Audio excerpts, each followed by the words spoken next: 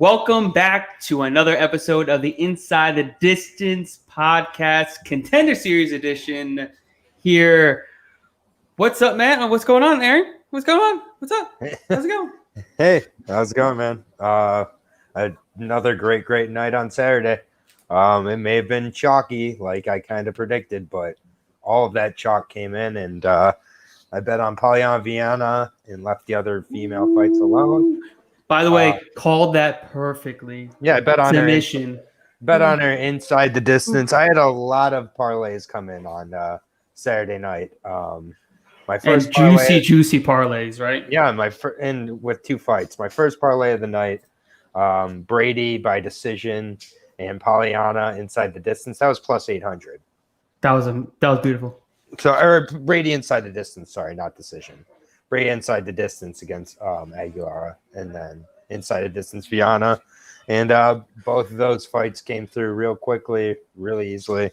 Really, that started off your night. That literally just catapulted it into like green dome. I had a plus 1100 come in. I had a plus 800 come in. And just I had a 5 parlay, a 6 parlay, a 7 parlay. It was just a night to like kind of teach you again. Just trust your reads. I love the dogs as much as anybody. Usually my name's Aaron the Dog, but this week for this edition, obviously, it's Flick the Switch. The Switch in honor of our dog, Jimmy Flick. Sorry. Yes, sir. I can't believe he's a dog. We'll get back. We'll get into that in a second. But I'm just mind blown about that. Yeah. Spoiler alert on my pick. And I am all over it, and I'll definitely explain it. But I can definitely tell you that, the dogs were not coming in this past Saturday. So we figured that. We even talked about that. Like, no, I don't think any dog that had a chance.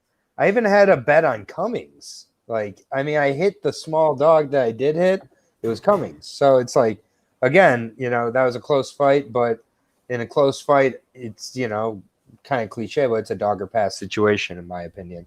But, I mean, it was continuing, my fourth straight week of plus money, but this time there was no roller coaster involved. It was just a straight ascent from the beginning. And those are the best kind of nights, man. It's just like you just get to sit back and just relax, and everything's just going perfectly. And I felt really good not betting on who I didn't bet on in Mallory Martin. I didn't feel bad about not betting on her.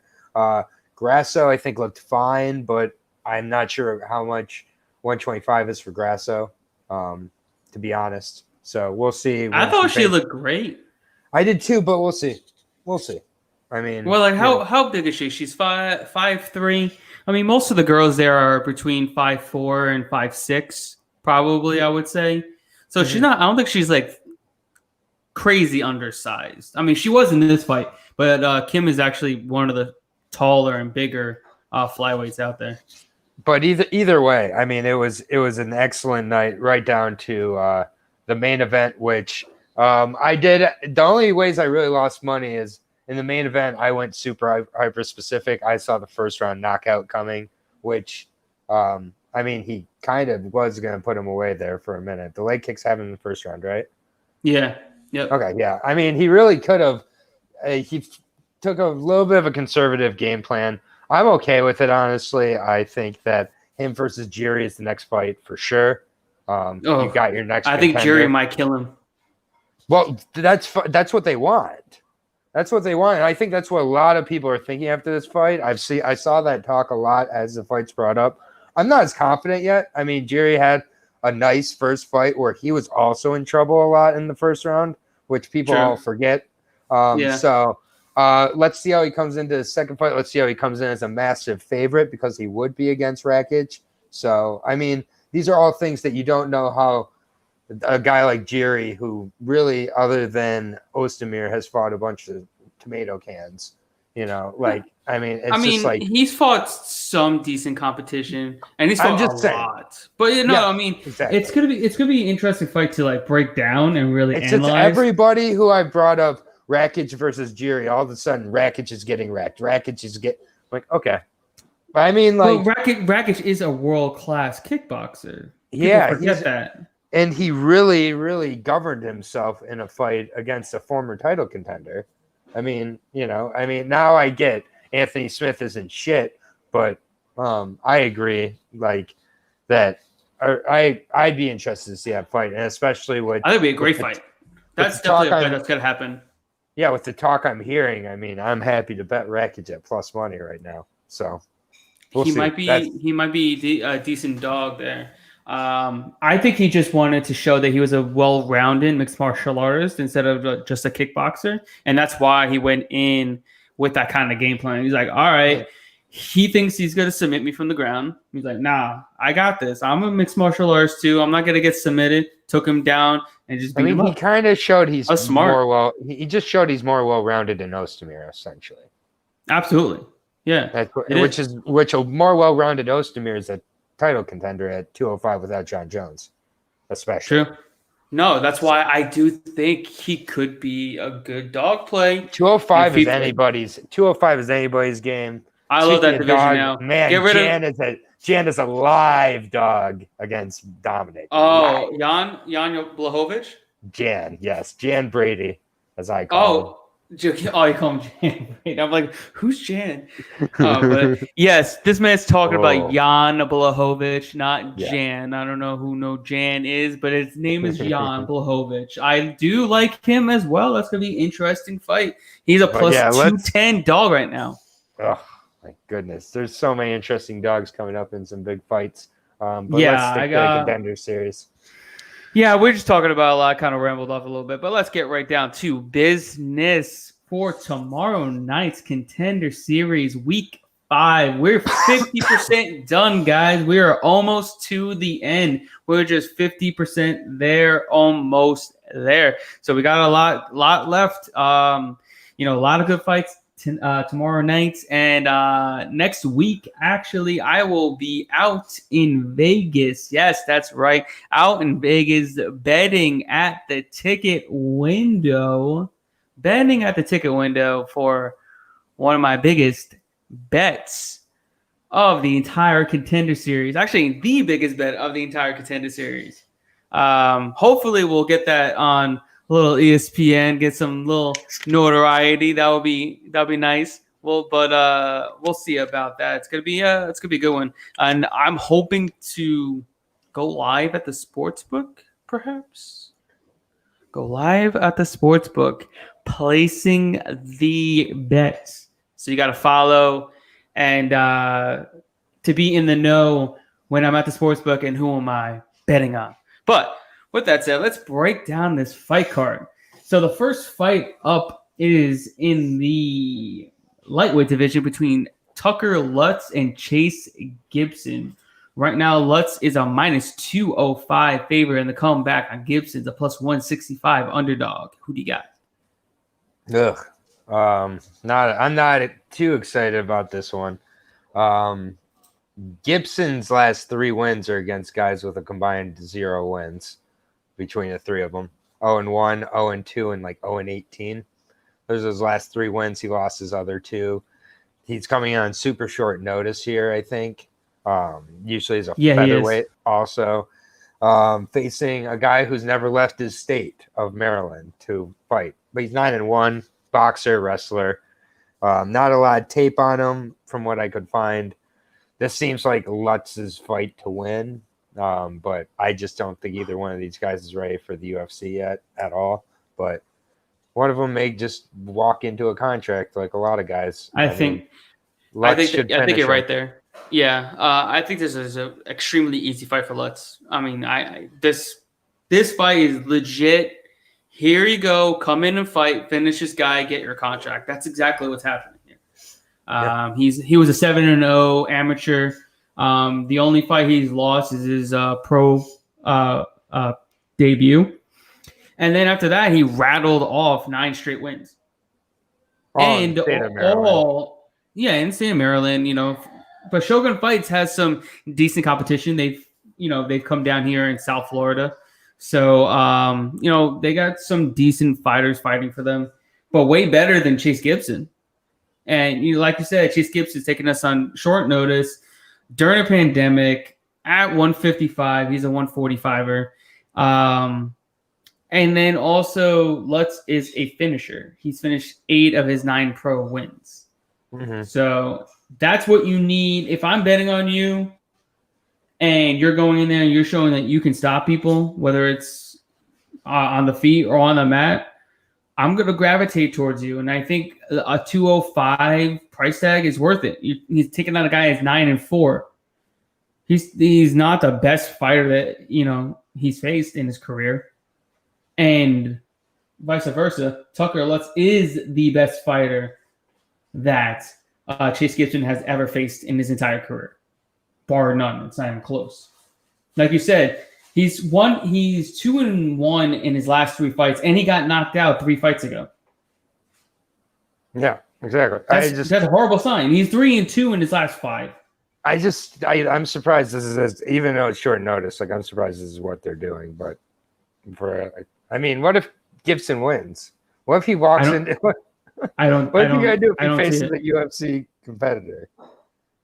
I don't see that how he wins. To be honest with you, like there's nothing that shows me that he can win. No, he's not bigger. He's not stronger. It's not like he's fighting any decent competition. No. And this is his first fight ever at 155 in his entire career. Yeah. And the only good competition he fought, he went 0-2 against. Right. I mean, when I first saw the line, I was surprised, but then I just like, it makes sense with who he's facing. I think this is our similar cases last week. Similar case. What's his name that we bet on? Huck Body. Yeah, same exact case. The guy that we 5-unit bet on. You're like, who's that guy? He just used him up and threw him away. Pretty much. Because it wasn't really that impressive to me because he looks exactly like Kyron Bowen also 9-4. Also, he fought a weight class lower than he was fighting in this fight. Also, had been finished by submission in several fights. Yeah. Exactly. Don't overthink this. Yeah, exactly. That's what I'm thinking. I think this is a very, very good bet. Minus 205. You're still getting a decent line. Gibson hasn't beat a guy with a win in 4 years. That's what I'm saying, man. And Gibson has not beat it took her Lutz not with a winning record, with a win. Dude, that's crazy. You can't. This should be minus 400. Like if Lutz loses, this is a horrible. Like he should contemplate retirement. If Lutz loses, fade Maryland like you fade Alaska. Fade Shogun fights. Fade Shogun fights. Yeah, this is a big Shogun's promoter is watching this fight sweating. He's like, oh man, he can't lose to this shit. Cody Gibson. Oh god.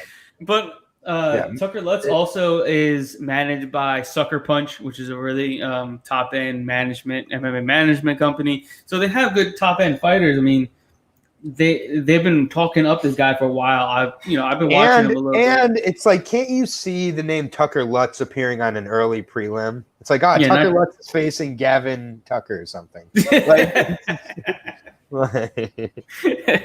John Tuck.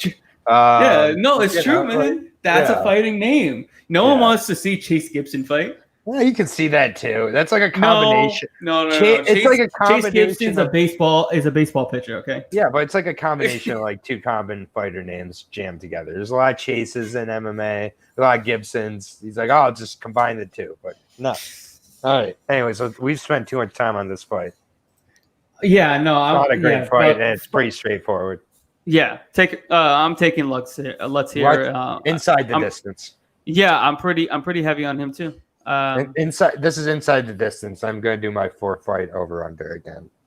Yes, guys, definitely hit this man up or listen to this because we've hit this 3 out of the last 4 at least or something. 3 out of the last 4, and it's been at least 800 plus 800. So that's 8 times your money that you're putting out. So you're gonna want to listen. You're gonna want to put like at least $10 on it. $10 wins you $80 plus your 10 back. It's worth it. Or whatever your unit is, do that. Like I'm telling you, these I'm betting these as if they're regular bets, I have to hit 1 out of 8. Exactly. And I'm hitting 3 out of 4 right now. Like we've got some cushion for it. And I'm not gonna. I've been increasing mine personally, but that's because I'm a gambler. But like it's paying off right now. It doesn't always. Again, you're gonna have downswings. That's how gambling works. And I miss Rakic. I bet Rakic first round pretty heavy because I really did think it was gonna happen, and it didn't happen. And I knew after that was a decision. So I wish I would have split it into decision first round. Now I've just you learn though. But those are learning tools that you get as time goes. All right, so next up in the bantamweight division, we have a fight between Ronnie I have the lightweight with William Knight. Oh, you do? Yep, Tapology at least. My bad. Okay, let's go with that one then. Okay, let's go with that fight. All right, so next up in the heavyweight division, we have a fight between Cody Brundage. Light heavyweight division. Jeez, I'm all over the place tonight. All right. We got a light heavyweight fight here between Cody Brundage and William Knight. Brundage is a minus 120 favorite to come back on Knight is a minus 110. I guess underdog. Yeah, underdog. What do you got? This one's really close. It's hard to say. I mean, honestly, I'm leaning towards Cody Brundage and his wrestling, just because William Knight is the bigger, more physical guy. Early on, definitely more likely to finish, but I just kind of see his wrestling defense as pretty lacking and there to be kind of exploited. And then his cardio really not great, even though he finished his Contender Series fight in the 3rd round. I do feel like he kind of uses like the Derek Lewis type of like defensive wrestling to get up. He just gets up because he's a beast. And like as the rounds go on, I think that tires. And I don't know. I think Brundage could hang on for a decision. I don't think this one gets finished either way. I think it's just kind of a nasty little wrestling kind of affair, close against the cage, and I'll take Cody. Not super convinced, so you can go ahead and convince me the other way if you want. I just think Cody's too green to beat William Knight. I think William Knight's just like a powerhouse. Cody Brundage has not faced anybody even remotely as athletic or as powerful as William Knight in his 5-fight career. I know William Knight is he's a good wrestler. He's pretty big. Offensively, not gonna lie. He's good. Offensively, yeah, he is. Good. Defensively, he's very poor, both with his striking and wrestling. Yeah, that's why and then you look at his record. He's fought the same guy twice in his 5 fights. he's not getting a ton of looks out there. And the 2 people before him, there were two wins, 0 wins, and 1 win. You're talking about William Knight has fought good competition. Yeah. Way better competition than Cody Brundage has. And better than who Cody Brundage is as a fighter. I just think the brutal strength and the power is something that can't be taught. And it's hard to match against because you never fought against it. And then Brundage is also 2.5 pounds. He came 1.5 pounds over the limit as well. So we don't know how the weight cut really affected him because obviously he didn't make weight for a reason. His body couldn't cut any more of the water. Mm-hmm. So maybe he gasses before William Knight does, and he could take over. I just think that would be really. I think if that happens, then he's finished. He gets finished. I think. I mean, I don't know. I just think William Knight takes this. I mean, he's already fought in the Contender Series and won. Mm-hmm. He came back and went 2-1, both wins by knockout. And the only guy he lost to is an up-and-coming prospect who we will name next week. Hint, hint. But yeah, I'm going William Knight here. I just think the strength, the experience. I think he's going to be able to get close to name recognition. Probably. Okay. And because William Knight lost, but not in the Contender Series. No, but he lost recently. Okay. Cody Brundage is still 5-0. He's still undefeated. If William Knight was still undefeated, I think it would be a little bit different. I think we'd probably see minus 160 William Knight, minus 170 versus the pick'em fight that we see here. Because Cody Brundage, he's won all of his fights. He's a big dude. He's got a good wrestling pedigree, but I'm going with the heavy hitter. I think he's going to lay it on him, and he's going to put him out. He's never been hit, at least not by anybody with some power. Yeah. And William Knight is a dude that's been fighting at heavyweight, too. Mm-hmm. You know, he just fought at 225 2 fights ago. All right. Well, fair enough. Yep. This may be the one of the four that I leave out of the parlay because I'm just not sure if it gets a finish. Yeah, it's a tough one. I think if William Knight wins, it'll probably be a finish. Late though, not early. Right. Exactly. So like then we're betting on close to decision both ways because I see pretty much. I see Cody getting only a decision to win. So yeah, I don't know. I think I feel a lot more comfortable on the other fights, although there's another fight on here I'm kind of have no clue on. But we'll get to it when we get to it. Yes, sir. So next up in the bantamweight division, we have a fight between Jose Johnson and Ronnie Lawrence. Right now, Johnson is a minus 225 favorite, and the comeback on Ronnie Lawrence is a plus 175 underdog. Who do you got? Ooh, yeah. All day. Elbow. All the people's day. elbow, man. That was the dirtiest elbow. Okay, guys, God. we have to tell you about this. If you've not seen it, YouTube Jose Johnson elbow TKO, one of the filthiest elbow knockouts you will ever see against a 10-2 guy. Yeah, you know, this is he doesn't fight bums. He doesn't fight bums. Yeah, and he's got I think 80 amateur fights. He's got a bunch of Muay Thai fights as well. 6 foot bantamweight. He's huge. That dude's huge. Where he's gonna lose is the wrestlers. He's gonna have trouble with the Mirevs of the world, the Ricky Simones of the world. You know, like obviously. I think this is a showcase fight. To be honest, this is an absolute showcase fight against a 5-1 Muay Thai or boxer guy who's 28 years old. He looks a lot like Mikey Gonzalez from a few weeks ago. I believe it was his name. The guy who lost to Medic. That was a setup fight for Medic. And this is a setup fight for Johnson. And I think that this is definitely finished inside the distance. I'm sure inside the distance is going to be about the price Johnson's at or worse. But I got to take it. I think Ronnie Lawrence has got to, I don't know. He's got to show a game plan that he's never shown, which is to mix it up and like use some and be a wrestler. Yeah, he's got to wrestle. He has to. Yeah, and so I think that Johnson finishes this maybe even in the first round. I think within the first 2 rounds, though. Yeah, I'm all over it. Yeah, Jose Johnson's winning this fight. We don't even need to go really too in depth with it. He's just far better. He's way better striker. He's lanky. He's long. He's tall. He's got kicks. He's got so many different weapons. He's powerful. He's quick. He's fast. He's got angles. He does everything you want to see in a striker. Mm-hmm. He's that good. Like, he is a legit prospect. And we're getting a good price on him, a minus 225. That's absurd. That should be where Adrian Giannis was at minus 400, minus 425, something along those lines. So right now, minus 225, it's an absolute steal. I got Johnson at minus 180. That's beautiful. Yeah. Right now, it's still a steal, minus 225. Still a steal. I'm telling you guys. And I think he's going to finish him early. Like, he's got some nasty kicks, nasty strikes. He's very unorthodox. He's super fast, and you don't know what he's going to throw at you. So I don't know what Ronnie Lawrence is really going to do here.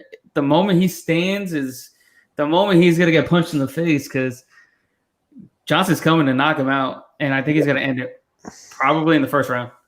Yep, I'm with you. I agree. I really think that this is like a really interesting Contender Series card because I feel like there's the 3 winners who I'm feel are, going to win these middle 3 fights because now I'm leaning a little more towards Knight are all like UFC caliber Contender Series fights. The next guy we're talking about. And then The opener, I'm not sure about Lutz. I'm really not. I guess I'll have to see. But and then I'm not sure about the main event either way, honestly. Or the featured fight, I should say. But the middle three fights, all I think legit, very legit. Some of the best the Contender Series has had this season for fighters coming back on.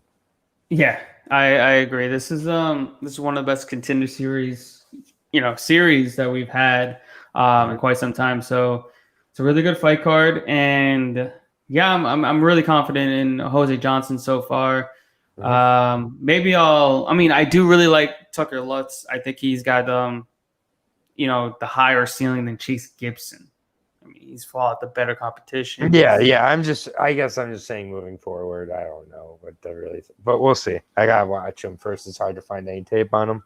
Yeah, that's the thing, man. We can't find tape on a lot of these guys, so it's pretty much just digging through. Johnson articles. Johnson does a ton of tape on, so that was great. I mean, no. Some of these guys you can get a lot, but all right. So next up in the flyweight division, we are very invested in this fight. Between Jimmy the Brick Flick and Nate the Savage Smith. Right now, Flick is a underdog, plus 135, and the comeback on Nate Smith is a minus 165 favorite. I know who you got, so let's hear it. Yep. I got Jimmy here. I got Jimmy inside the distance. He's gonna be submitting Mr. Smith here. I think that Smith has shown some really bad wrestling grappling habits in his pro career. In his amateur career, he lost 9 fights, 6 of which were by submission. No, he lost 10 fights. 10 fights? Okay, sorry. I lost track. It was so many. And he lost 6 by submission, I believe, if my count was correct. 2 of which were by arm triangle. And that is what Jimmy Flick, I should say. Jimmy Smith? What? Yeah, Jimmy Smith maybe Jimmy Smith announced a few Jimmy Flick's fights, so I was thinking that. But Jimmy the Flick, Jimmy the Brick Flick, he coming off a really, really strong fight in LFA against 10-1 guy in Fisher, who maybe this is why I'm paranoid about Maryland, but that's another guy who had fought all of his fights in Maryland. And then, finally fought a real guy and lost to him in 38 seconds. And the way that Jimmy was able to grab that arm triangle was a really poor wrestling get-up attempt by Fisher, where Fisher left his neck open for a second and he grabbed it. And you look at the weigh-ins between the two, and Smith was trying to make himself look all big with the old Muay Thai arms up, like over his head, like trying to. And I mean, Flick was right inside there, and I think that's where he's going to be all fight long. He's going to be right in Smith's face. I think Smith is also a good wrestler, but I think defensively is where he is going to have some trouble against Flick. And I got Jimmy all day. Submission. Probably got to slow cook him and get him in round 2. I'm with you on Jimmy the Brick Flick. Don't know why it's lined as a dog. I guess everybody is, riding with the junior Olympic wrestling background of Nate Smith, which is okay. He's 6-0. He's finished, I think, 4 or 5 of his fights, majority by rear naked choke. If you watch his last fight, it was not looking good in the first round. He was getting taken down multiple times, let his opponent advance position, got his back. That's key here because he's not good in scrambles. His jiu-jitsu is still not top-notch.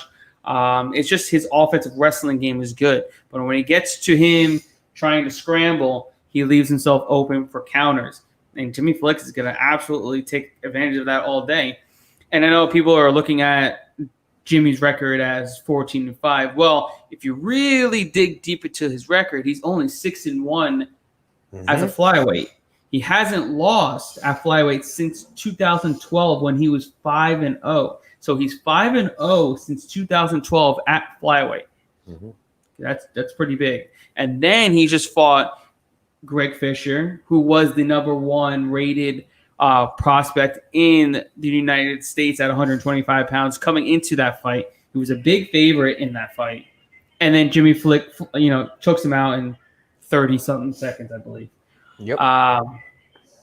Very impressive because he was also grossly undersized in that fight. If you saw the picture of the weigh-ins, you're like, damn, this dude looks freaking huge. Meaning Greg Fisher, you'd go run to the books just to bet it just because of the way they look. Well, looks are very deceiving because that dude could fight. Mm-hmm. He's fought tooth and nail. He's fought some of the best, to get to this point. He's fought really good competition. He's fought CJ Hamilton, who's another Contender Series alumni. He's fought Chris Gutierrez. He's fought a ton of guys. Another, I believe, what's his name? I just saw it. That he was also on the Contender Series recently as well. Give me a second. My computer's really slow. What's his name? It was like 3 fights ago. Jesus, my fucking computer sucks. What are you trying to find? What's his name? I got it. Ray Rodriguez. Okay, he fought him 3 fights ago. Another Contender Series alumni. He beat Johnny Bedford, who's now in bare knuckle fighting championship. When Johnny Bedford was actually good, he was 23-12-1 in LFA. I think he was the LFA bantamweight champion at one point too. So, man, I'm telling you guys, Jimmy here is being grossly underrated, and we're getting a good price at plus 135. As long as if this fight hits the mat, it's Jimmy Flick all day. Standing, I'm a little worried because Nate's got some decent striking and power and good leg kicks, and Flick doesn't throw a ton of output. But as long as he throws some good leg kicks though. That is one thing I like that he throws on the feet quite a bit. But yeah, this I think needs to become a grappling grind fest and smaller. I think Nate Smith is going to want to keep this fight standing. This is going to be the first fight of his career that he's going to want to keep this fight standing. But being so green, I know he had 19, amateur fights, but being so green, he might come in and try to wrestle him because he thinks he's a superior wrestler. Mm-hmm. And that's where he's going to be mistaken because he doesn't want this to hit the mat. So, I guess I know what I could really see, and I may be wrong. It may be way off. I wish I could bet it, though, is I could see OSP choke from Jimmy Flick. Von Flue? Yeah. I really could. He's got those pointy-ass shoulders, and Smith I could see reaching onto a guillotine, thinking he can grab it and being put in a – I don't know. If I could bet it's definitely possible. If I could bet that like plus 4,000 or something, I would throw something at it. But yeah, I mean, talking to Jimmy, he's really focused. I'm not saying Smith isn't, but I mean, if you saw the weigh-in face-off, Jimmy wasn't faced by any of the antics, and size-wise, they look pretty comparable. They're pretty. They're about the same. They're about the same size. They're like, yeah. I mean, so it's the athleticism of Smith versus kind of the technical, gritty aspects of Flick, and the experience of Flick and the level of competition Flick has faced and beaten.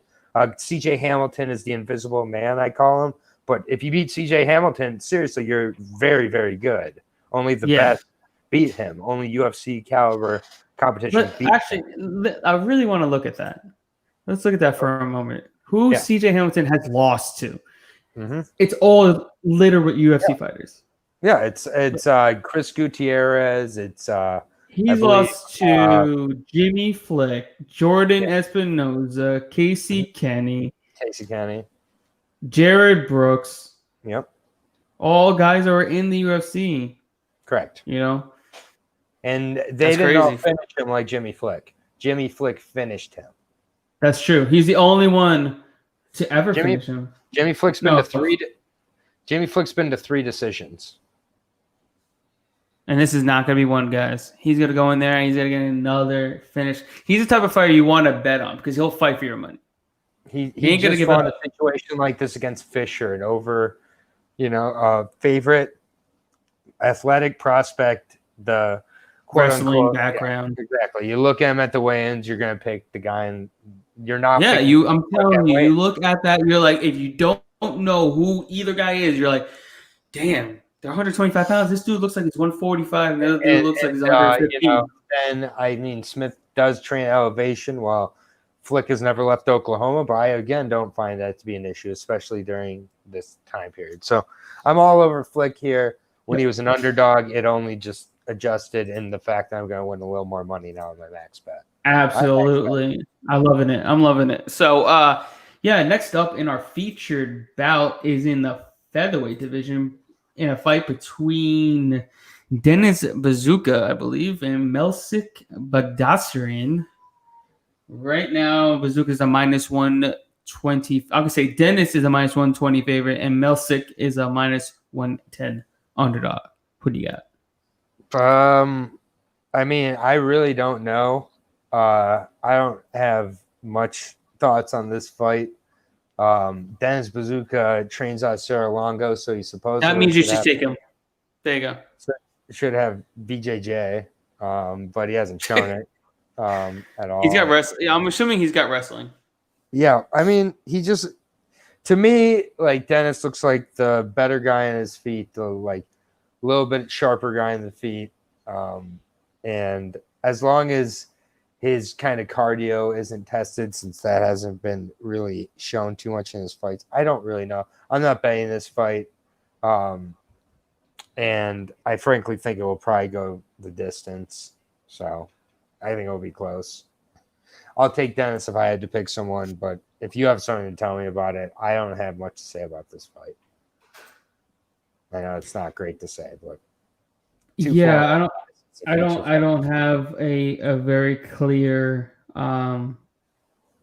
answer, because I couldn't find the right angle on this fight other than, I guess, bet on Dennis because he fights at Serra-Longo, so he must be good at wrestling and jiu-jitsu. Yeah, it's just like you're betting on paper if you bet this fight. Mm-hmm. You're betting on paper, which is how I feel kind of about the first fight of the night too. And I don't like betting on paper that much. Makes sense. I mean, like, if you think about it, this fight is basically if you're betting on a CES fight. Yeah. Pretty much. Yeah, either guy can win this fight. It's like if one guy shows that he's a little more well-rounded, he probably wins. That's how I feel about this fight. Yeah, I'm not one to really bet on this fight. I can't even give you a clear, winner, to be honest with you. No, I have no idea, man. I mean, like, I don't like to say that, but like, it's like there's hardly any tape on either one of these guys. I guess I can pick the American guy, but it's like I don't know. The other guy's a kickboxer, so I mean, he's coming off a 7-second win. Cool. I don't know. This is like not a fight I'm interested in betting on. Frankly, like I'm gonna do a 3-fight parlay with Johnson, Knight. You convinced me into, and Lutz, and then I'm betting Flick heavy, and then I'm leaving this fight alone. And so that's kind of how I'm going with it. I have no idea if this goes the distance or not. I'm going to assume it doesn't, because I assume one of these guys gets the finish. I like it. I'm not touching the feature bout, everybody. And so maybe you could take the over 2.5 rounds. I think these guys can probably withstand each other as power and jiu-jitsu. Maybe that's a decent play. I don't have the line yet for it, but if you have it, I think maybe that's playable. But I'm staying away from betting on either side. Yeah. So that is. Yeah. I'll give my parlay real quick, and then all right. Give us a greasy parlay. I'll do the. I don't know the numbers yet, but I'll take the under in the Gibson Lutz fight. I'll take the under in the Knight Brundage fight. I just thought about that one a lot. Frankly, I may be taking 4 unders, man. So actually, I'm going to make the Knight fight an over. So I'm going to take the over in the Knight Brundage fight. I'm going to say he withstands but gets pretty dominated. Or he ends up showing more of a gas tank. So under in the Lutz Gibson fight, regardless of winner. Over in the Knight Brundage fight, regardless of winner. Under in the Johnson Lawrence fight. Under in the Flick and Smith fight. So Love it. yeah, Love there it. you go. So what? Greasy parlay, everybody. There you go. Should give you at least probably 10-1 odds. I would say at least a minimum of that. I would say probably around 9. If I'm 9-1, even 9-1 is. I think I got 3 negatives and one underdog in those picks. So I think most of those are geared to be the under. I think we're seeing a lot of finishes, more finishes than not this tomorrow. Yeah, because right now Lutz Gibson doesn't go to a decision is -185. Lawrence and Johnson doesn't go to a decision is -175. Flick and Smith doesn't go to a decision is -245. Wow. Yeah. Wow. For a flyweight fight, that is insanity. That is, bro. That's crazy. I mean, they know what's happening. They know Flick is finishing. Yeah, that's not -245 because they think Smith is getting it. And by the way, Knight and Brundage goes to a decision is +225. Yep, there it is. That's what shoots it. That's what shoots it to the grease. That's what I love it. So let's do that. You said you wanted Knight and Brundage goes to decision, right? Decision, yep. And then the other 3 under. And the other 3 under. So yes, sir. Vince, thanks for being with us, man. We are making that, and this is all legit money, man. I am not a professional capper, but I do make results that I think exceed professional cappers because I make these non-professional plays at times. So yes, sir. Make whatever bet you want on this kind of. You can make $5 on this, and you're going to make 50 at least. But go ahead and tell us. Yes, +1008. There you go. And that is money. That's how it's done. So come with me as we see another 4-digit parlay. I would get excited about this, but I hit 3 of them on Saturday. 3 4-digit parlays on Saturday alone. That's crazy. That's crazy, guys. Yeah. That's crazy. That means this man was rolling in the green. Mind you, guys. But mind you, guys, if you guys were with me, we made a ton of money as well. The more traditional way, but yes. The more traditional way, not the greasy parlays that this man loves to entail, but we made almost 12 units last week between the Contender series and Saturday night's fights. We hit all of our strong plays and the strong parlay. We hit on Poliana Viana plus money. We were just hitting on all cylinders, and we're gonna keep it going tomorrow night. So, with that said, we're out of here. This is it. This is the last straw. We're out. This was a loosey-goosey episode. Thank you for being with us, everybody. We'll be back on Thursday for the UFC on Saturday, which will have probably 4 different fights by that point. Let me just say, Let me just say, I'm seeing a lot of different interesting plays, and I have my own plays on Thursday that I can't wait to discuss. But we might be seeing a little more chalk, in my opinion. So, absolutely. There's a lot of chalk that's coming. I don't know. I don't know, but I think we got a steal come this weekend. Right now, the money's moving in the wrong direction. Everybody, wait to cash out on that one. See you on Thursday, everybody. Yes, sir. See you then. Twitter. Peace out. All right. That's it for us. This Tuesday Night Contender Series special. With that said, before we head out, I need to give a shout out to our sponsor. Guys, head over to manscaped.com. Forget the best in male grooming products to keep that junk feeling and smelling great. Use promo code TFTA20 for 20% off your order plus free shipping. And guys, head over to Our Life CBD for the best CBD products out there. Use promo code TFA10 for 10% off your order. And guys, head over to thefightanalyst.com. Get my package now. $15 for the Contender series or $35 for both the Contender series and this weekend's fights, which has been printing money, guys. I know we were in the prior 2 weeks, but guess what? We made it up. 12 unit week. We're just going to keep it rolling. We got a bunch of great plays coming up, especially tomorrow night, and we're going to keep it rolling this weekend. So with that said, we will see you all cashing out at the ticket window.